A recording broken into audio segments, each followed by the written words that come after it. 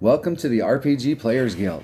My name is Gordon Jackson. We're going to be talking about races today. The app I'm going to be using here throughout this series of videos is the 5e character app put out by Dungeon Developer, available at the Google Play Store. This app is really good. It has every class, every race, every background, and all the feats that are available in Dungeons & Dragons 5e. You can manage sources when you first get it and download every source book that's in the game so that you have access to all of it in one spot. If your dungeon master just wants to play through the player's handbook, you can select player's handbook only, and you're only going to be looking at races for the player's handbook.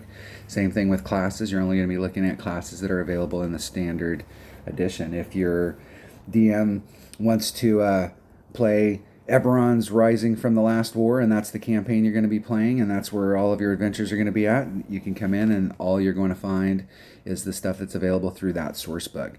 Very good app. So let's get started. So let's talk Changelings. So normally I would go through some lore and then we'd look at some stats, but let's look at the stats first.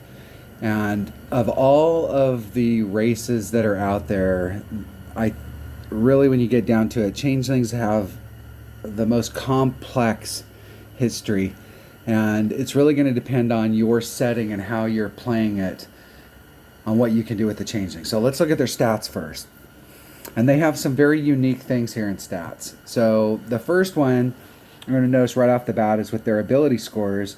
We've got a +2 in charisma, and then choose one from any.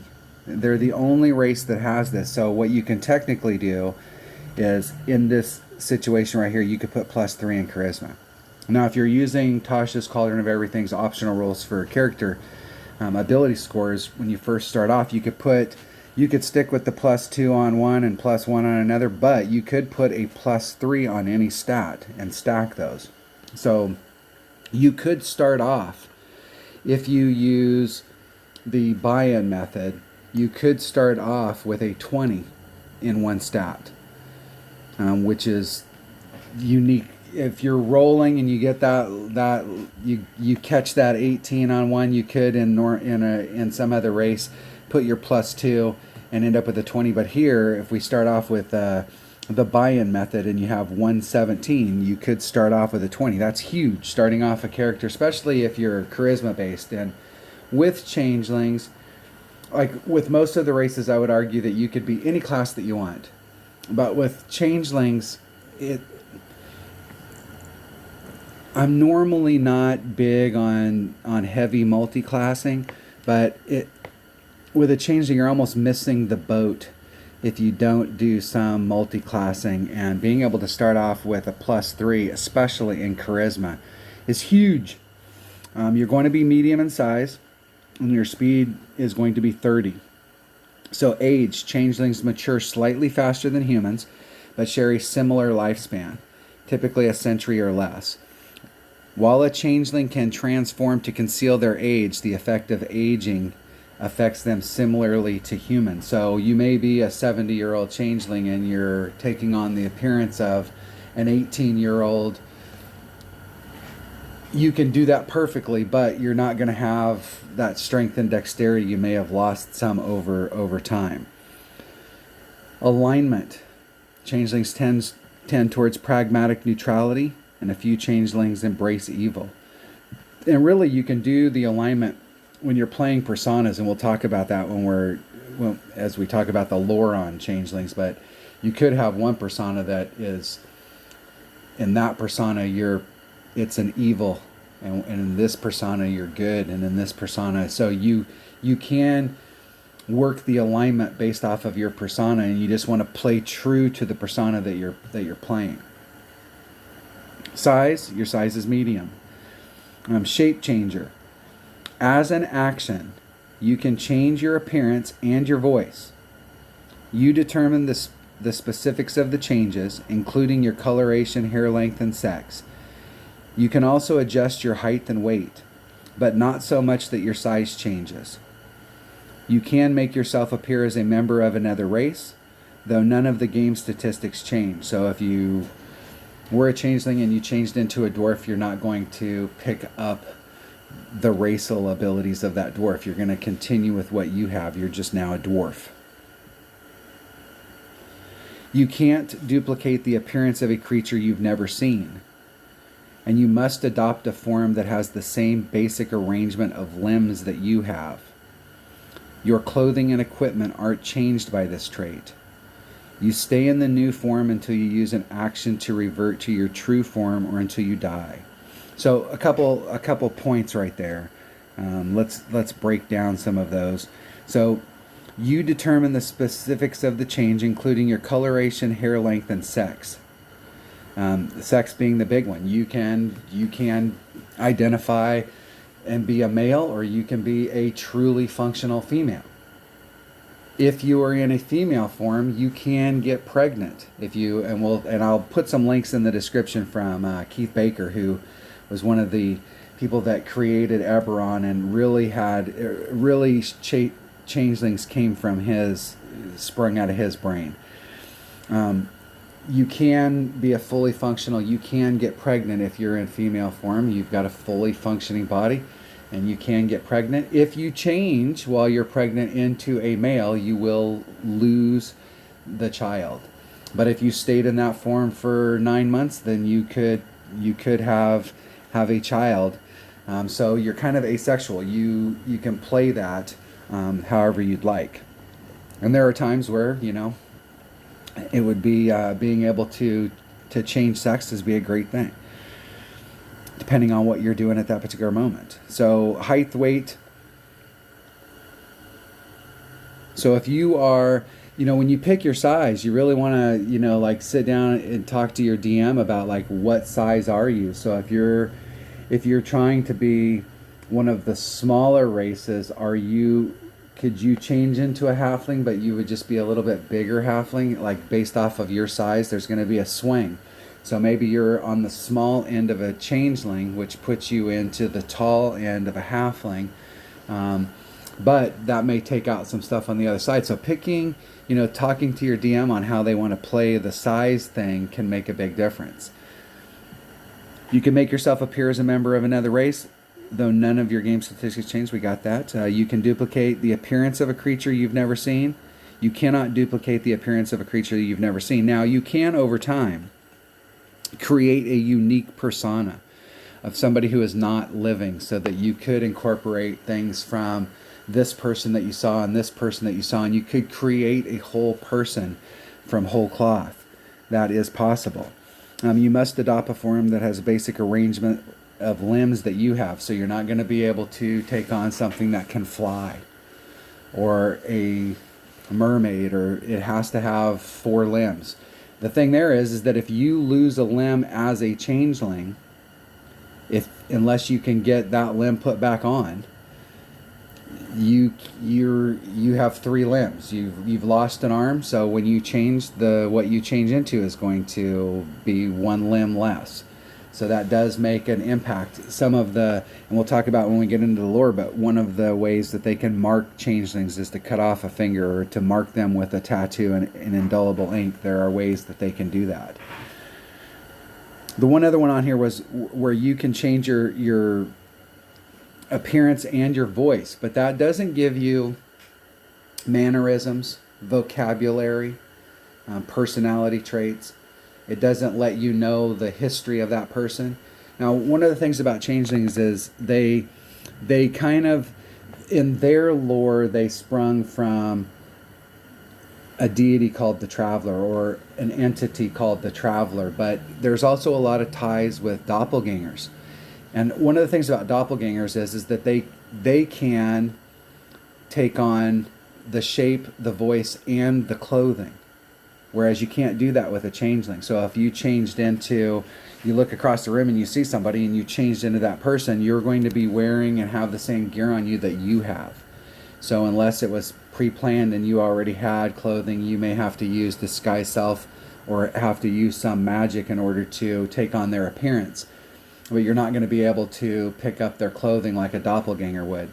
And just like a doppelganger, you're not going to be able to get that personality trait and those mannerisms. Now, there is another creature called a greater doppelganger, who actually are brain eaters, and they can take on those mannerisms, and they can get that backstory, and they can get that information, and they can pick up stuff for that person's class so that they can really impersonate them. And they do that by eating brain.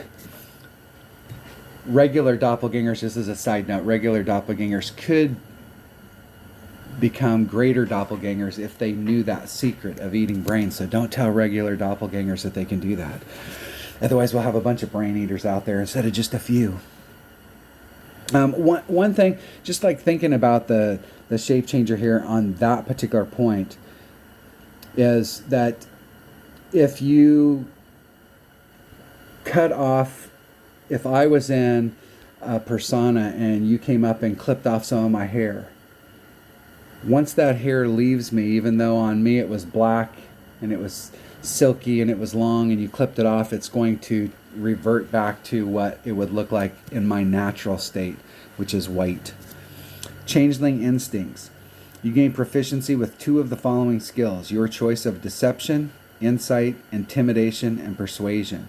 And then once again, if you're using Tasha's Cauldron of Everything's optional rules, you can swap out a skill for a skill, but really with changelings, those are the ones. Those are the skills that we really want to be looking at. Languages, you can speak, read, and write Common and 2 other languages of your choice, depending on your environment. So let's a lot of stuff on shape. There is some information from Keith Baker on changelings, and I'm going to put some links in the description. And there, a lot of the questions that you will have about changelings are going to be covered here. So when we think about like changelings that we know of in fiction and that we've encountered, Mystique. Now, Mystique cannot take on clothing and those mannerisms and that stuff, kind of like a regular changeling here. Although in the movies, in recent movies, it has been depicted that Mystique can take on clothing and take on that stuff, but originally Mystique could not do that. Odo from DS9, for all you DS9 fans. Odo could completely shape change. But once again, he couldn't take on complete mannerisms and that stuff for whoever he was taking on. It would have to be something that he would have to know in advance. Now, looking at types of, like our groups, and I'm going to talk about these groups. There is so much stuff to talk about on changelings that I could probably do a 2-hour video and we'd still not cover any, like there'd still be so many what ifs. But there are 3 basic psychological groups of changelings. So there's passers, the most human-like in their attitudes. Passers want to be part of the community. And so they're going to be the ones that come into a community and stay there their whole life. And they may have, they call it a mask. So like if you take on somebody's form and you don't know their back history and there is no story and you haven't built that stuff up, and you're just taking somebody on in the moment and then you're going to move on, that is just a mask. Whereas when you're in a form and you take that form and it has a rich history and you know the backstory because you are the backstory, a passer is going to be that one that comes into a society and tries to stay in that society and has that form throughout. Becomers. These changelings believe that the mutability is the central aspect of changelings and express this belief by adopting many different identities.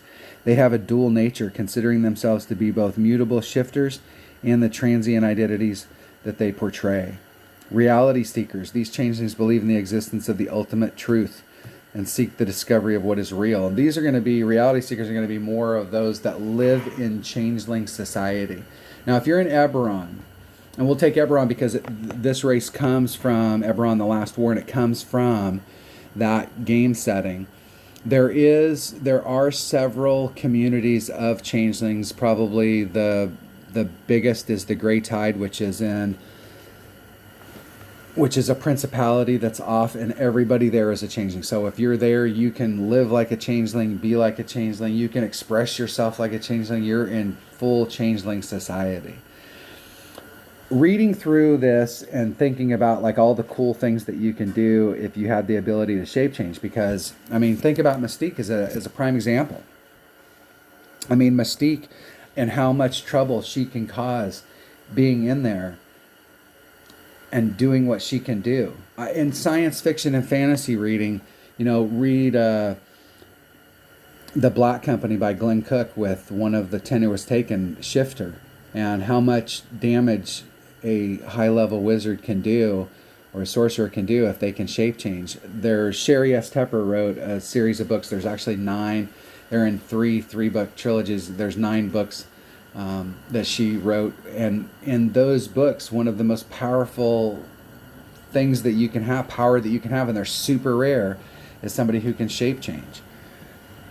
Now, being only able to shape change into other humanoids, and this is a human type deal where some of the, like if a changeling, because they breed true, if a changeling bred with a bugbear and you were in a bugbear persona and you bred with a bugbear, it's very unlikely that you're going to get a union where you can actually create offspring in that. This is typically, it's either you're breeding with another shapeshifter or you're breeding with a human. There was some hint that it could be possible, and then in some spots I read where it was absolutely not possible.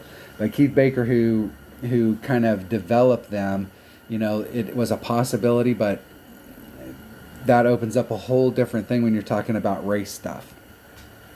One of the things that's in here, this question right here, as a player, just thinking about what you could do if you had a shapeshifter.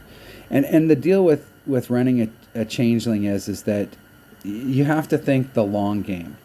You really want to, if you're going to develop personas, you really want to be able to take on that persona. And you're not acting it, you're living that persona because it has that rich history. And you'd have to spend some time to develop those personas so that when you're in that persona, it has that information and it's in this group and it has these contacts and it knows this stuff. And so that you're not acting when you're there, you're living that persona. And if you think about like game mechanics, like playing, how much that could open up, especially if you're playing a lot where you're in your home base or your downtime is in a big city, where you could really explore that as opposed to just it being a constant adventurer. But this question right here, when I was going through this, the people of Corvair know there are people out there that can duplicate their appearance, but they can't steal their memories or copy their belongings. There was one question on here that was even better. Given the threat posed by changelings impersonating people, what steps do Eberron's factions and governments take to deal with them? So, talking about just this one right here, the everyday magic that drives the civilization of Corvair only goes up to around 3rd level. Now we're talking about 3rd level spells, not 3rd level magic users. And so the mass majority are going to be people that can, if they're using magic, are using magic up to that 1st level, that 2nd level, that 3rd level spell. And when you get to 4th level spells, you're starting to get into where like not only is it rare, but it's like superhuman. So there is lots of magic. So don't ever think of Eberron as being like a low magic setting because they're limiting it down to 3rd level spells. I mean, think about what you can do with up to 3rd level spells. And all of the things that are created and all of the magic items that are in it and all of the different magical races that are there. We're talking about a ton of magic. This is not, Eberron is by no means a low magic setting. Just because, the average citizen that's out there can go up to 3rd level. As the PC, you can go much farther than that. The problem is that if you're trying to go much farther than that, you're going to have to find sources by going into ancient temples and ancient burial tombs and ancient places and find magic that's beyond 3rd level. You're not going to be able to go, once you get to the point where you can get 4th level spells, you're not going to be able to go to your local shop and go, hey, I need to get some of these 4th level spells. You're going to have to go find them because that's not normal. And so it, like how much time it takes you to possibly get to the point where you can cast 3rd level spells. But then getting beyond that, you may be able to cast 4th level spells, but you don't have any 4th level spells. So now you're using 3rd level spells on a 4th level slot. That's just how it works. But don't ever confuse the Eberron setting as being a low magic setting, because by no means is it a low magic setting. So you don't have guards stationed with true seeing at every important location. I'm going to take these by sentence. So ways that you could identify a changeling. True seeing. So true seeing is going to give you, or true sight. So true sight is an ability. So there are some creatures out there, some monsters that have true sight. So you can think that if we know that changelings are out there and they pose a big threat, if you're a DS9 fan and you think about the changelings coming and attacking the Federation, 3 changelings went to Earth and changed their religion. Those 3 changelings caused so much chaos and mayhem on the planet that it completely, in just a very short period of time, caused massive chaos within that society with just 3. So knowing that they're out there, one of the things that I have a hard time reconciling in my mind is that if we know that they're out there and we know that we have these problems, you have to believe that in Eberron, humans are the dominant species. And humans, like every other place, humans were not native to Eberron, but they get there and they start putting on their morals and their religious stuff. And of course, like every other place humans go, they're the biggest virus that are out there. The most dangerous monsters on the planet are humans. And so if we knew that there was changelings out there, think about in our society. If we knew that changelings were out there and we ever encountered one or found out about one or knew that it was there or in any way suspected, we would kill it first and ask questions later. We would try and trap it. We would try and do anything we could to eliminate it from there. So in the game, it talks about that they are persecuted to some extent, and that they're looked. If you were a changeling living in a society and so much stuff is going to get blamed on changelings, or if they knew that you were a changeling and you were living in a city and you were just like living in your persona, anything that happens, they're going to come question you. You're always going to be the top person on their list. Well, yeah, it looked like he came in there and he did this stuff. Well, it wasn't me. It was a changeling that lives over down the street. Everything's going to get blamed on you. In my mind, that if you had a society that knew that changelings were out there, they're going to hunt you to the ends of the earth. And having true sight, where they talk about here where like not every guard has got true seeing. So if you have true seeing, or if you have, there are magical items that you can have, goggles of true seeing or an eye patch of true seeing, or you can have a creature that has true sight. And if you have true sight, then you can see that changeling. You can see their true form if you look in the mirror right now and that's what they look like, but I have true seeing, then I'm going to see what you actually look like, your true being. Now, don't get confused with a lot. I read a lot of forums and I read a lot of stuff and I watched a lot of videos on Changeling putting this together. And one of the things is people are like, well, it's just like disguise self. No. This is way beyond disguise self. You are truly that person. So doing anti-magic or dispel magic, that's not going to do crap. That's a racial feature. You are that person. If they were using disguise self is very easy to see through if you're up close to somebody. Here, you're going to give yourself away because you don't have the right personality, or you're not talking the same way that person talks. And somebody that knows them very well is going to go, wow, normally when they say that, they have that, this is what they say. Or, me and my nephew are joking around and he says, damn, that water's cold. And I go, yeah, and it's deep too. I mean, that's an inside joke that me and him know. And so, if he says it and then I don't know the response to come back, or I don't say that, then that could spark like what the heck's going on. But they're not going to be able to see. Disguise self is something that I think a changeling would use if they were picking up that mask where they were taking on that persona and they don't have the guard's clothing, so they would use disguise self because now they look like them. but they're going to use disguise self in order for the clothing. The other thing about true seeing that people tend to miss too is when people think disguise, they think of using the magic disguise self, as opposed to, think about a clown. They're actually using a costume. So if I was a changeling and I had makeup on and maybe a prosthetic for a nose and I had a black wig on, and you look at just my head and you're true seeing, you're going to see exactly what you're seeing right now. You're going to see my face is brown. You're not going to see, it doesn't give you x-ray vision. You can't see through that disguise because it's not magic, it's real. So if somebody was dressed up as a clown and they had all that makeup on and they had the little nose and they had the wig and they had all that stuff, and you use true seeing, you're not going to suddenly see through that disguise because that is a real disguise. That's not a magical disguise self. Think about back in those days, you know, especially people that had more money. It seemed like the more money you had, the less of their body you could actually see, where the only thing you really could see was their hands and their face. The rest of their body was clothed. Which brings up another thing too, is if you're taking on somebody and you're taking on their form, you've seen them, you know what they look like, or you're right there and you know what they look like, and then you kill them. You know what they look like only with what you can see.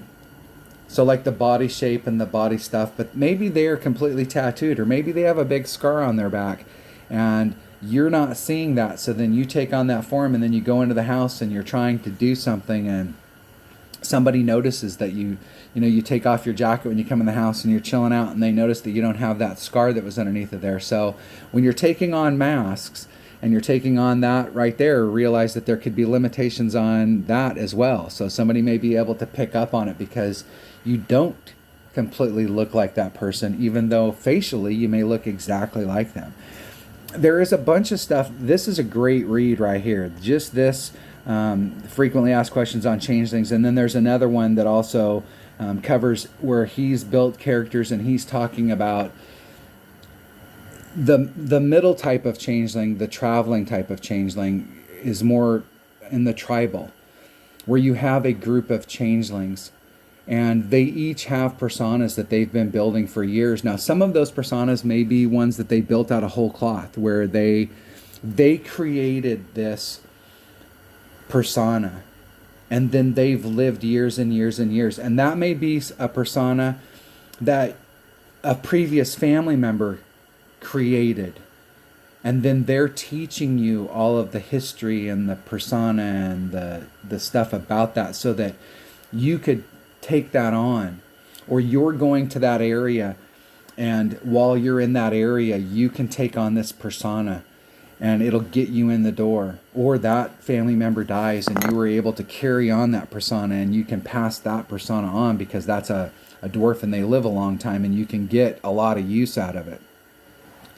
There is a lot of really cool things about changelings. But if you're playing in a setting where everybody knows that there's changelings, your effectiveness and ways for them to be able to figure it out, and I would just have to believe, especially if you're in a human society, that you would have to believe that they're not going to like you.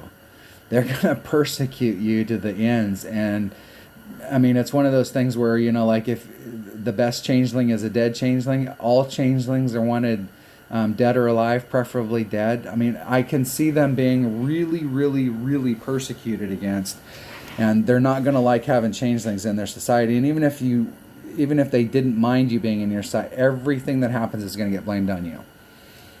And so if you're playing in another setting where they don't know about changelings, or they're just a rumor, or they're a myth, as a player, you've got, carte blanche. You can still get found out. But you do have, and if you're playing with a DM that's a world builder and you're, and they allow you to play a changeling, and it's like that, where changelings are more of the rumor or the myth. I can see changelings being an absolutely devastating character race to play. What I would like to do, going through this, is I'd like to find that DM that is maybe world building and is not playing in an area where everybody knows about changelings, and that changelings are the myth. Like in your lifetime, you may never run across another changeling, that you are a rare race on this plane of existence. And play that, find the DM that's running multiple campaigns. Maybe they run a Thursday night campaign and a Saturday night campaign, and the groups that they're playing on Thursday and Saturday night are playing in the same world. And occasionally somebody says, hey, I can't make it on Thursday, but I know we were going to go out to that dungeon and we were going to do that thing. And the DM calls one of the players on a Saturday night and says, hey, the guild hall's calling up and wants to know if you're willing to join this group. And so that the DM can really work the area that they're trying to world build. I would love to come in and play the player NPC changeling who is playing his own game with the DM one-on-one to world build, but at the same time acting as a patron for one group and maybe acting as a servant for another, and being able to play multiple characters within that to try and build those personas. I can see so much fun with them. But in the Eberron setting, because of the fact that they're known, I really do think, and what's funny is that like reading some of like Waterdeep, or looking at some of the modules that are out there for Eberron, in here it talks about with the changelings, people in society know that they're out there. So you're always going to wear that hat, or you're always going to wear that pin, or you're always going to have that thing that lets people know that, hey, that's Gordon. He's got, hey, I say, hey, how's it going, Gordon? And he's got his hat on. But tomorrow you see Gordon and he doesn't have his hat on. He always wears his hat. So then they ask you that question of like, hey, man, water's real cold. And then I don't say back, hey, the water's real deep. Letting them know that, whoa, there might be something wrong here. Maybe, then they're going to be very suspicious of that deal. But the way that the plays in the modules, people aren't that paranoid. So it really is going to depend on how your DM plays it. But I can see my mind going through the changeling and what the possibilities are absolutely mind-blowing on the possibilities that are out there. But it's really going to depend on the campaign that you're in and how much people know about changelings and how many steps they take on a day-to-day basis to find changelings, because they do not want changelings in their society. Anytime you have this type of ability, especially when you're dealing with humans, their little monkey brains are going to come into the deal, and we have a tendency, if we fear something, we kill it. That's why we're nothing more than a virus, right? We are the worst monster, the most dangerous monster in the monster manual. Now, I would think that most changelings that you would encounter would have set themselves. If you're a changeling and you're poor, then I would suppose that you're a poor changeling. I say the same thing about wizards. Anytime you see a poor wizard, they must be a poor wizard. So I would think that most changelings would be pretty comfortable. That if you haven't been able to at least set yourself up with a little bit of cheddar and you're a changeling, then you obviously missed the boat. Now, there was one other thing. Hold on one second. I had a brain fart there. I had to try and remember what I was talking about. Let's talk about changelings, and let's talk about classes. So, like I said earlier in the video, I'm not a super big fan of multi-classing. And if you're multi-classing, like doing small multi-classing where you're taking a little bit of this and then you're going to stick with this, but this class right here, or this race right here, just begs to be like multi-class to hell. I can see Bard and some of the subclasses that are in Bard, really picking the ones, and I can see Rogue and some of the subclasses that are in Rogue having some sorcerer or some type of spellcasting ability, whether it be Druid. I can really see Druid when you have Wild Shape, because now that opens up a whole new deal where you can Wild Shape and you can take on the form of something other than just a humanoid, because that opens up a whole deal of, are you really more exploring, if you're in the Druid line, are you more exploring the shape changing that you get as a Druid through that or are you really learning more how to use the shape change, your own shape changing ability, and how that would go as you level up and you can take on these different shapes and you can take on these different forms? There are a lot of possibilities, and I can see a lot of changelings being that third level bard and that third level rogue and third level druid, where they've got multiple classes, so that when you take on one persona to the next, you know you have the ability to be that fighter. So you took on that city guard and you've got those skills that you may have picked up from when you were a rogue. Or maybe you just, there are so many opportunities that really, I think, of all of the races that are out there, multi-classing and trying to learn more things and trying to enhance your portfolio so that when you're taking on a persona or you're in that temporary mask, you can fit the bill. You can more easily mold into that because you have a very diverse background that more than any other race that's out there, changelings almost beg to be multi-classed. All right, that is a little bit, and like I said, you could talk about for hours on this, but I will put the links to these frequently asked questions sections from Keith Baker about changelings, because it's a really good read. If you're wanting to play a shape changer or a changeling, these are great reads, and the deal is that you're really going to want to sit down and talk to your dungeon master about how changelings are viewed in their game, so that you know what your opportunities are, whether you've got a little bit more of a free hand because they're not out there, or if you've got less of a free hand because everybody knows that changelings out there, and whenever they encounter one, the best changeling is a dead changeling.